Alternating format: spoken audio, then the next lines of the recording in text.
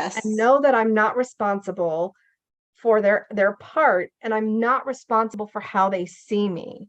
Exactly. And So that now, that is your work. That is, oh, yes.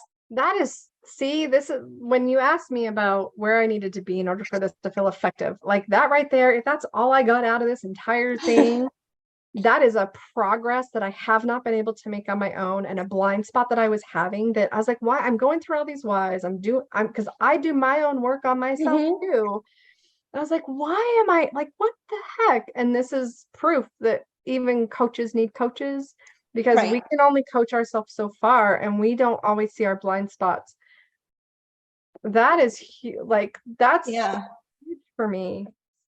And because I have gone to therapists and coaches and other people, and they still have not been able to be like, I've gotten more out of this conversation than I have with most of the people I've ever worked with.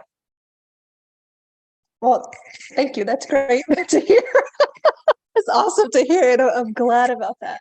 And I say that because your intention is to truly help me.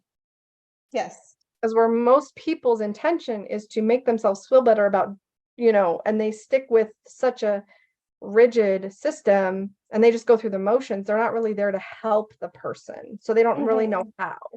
So that makes a lot of sense. Yeah. And that's because you put up that block.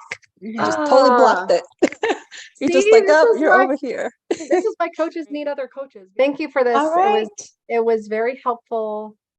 I appreciated the safe space, and I appreciate your respect for my feelings. Yes. Even in the way I love that you're forward and bold with what you say, but you do it out of still respect how I feel. And I appreciate that. Absolutely. Yeah, no problem. You're welcome.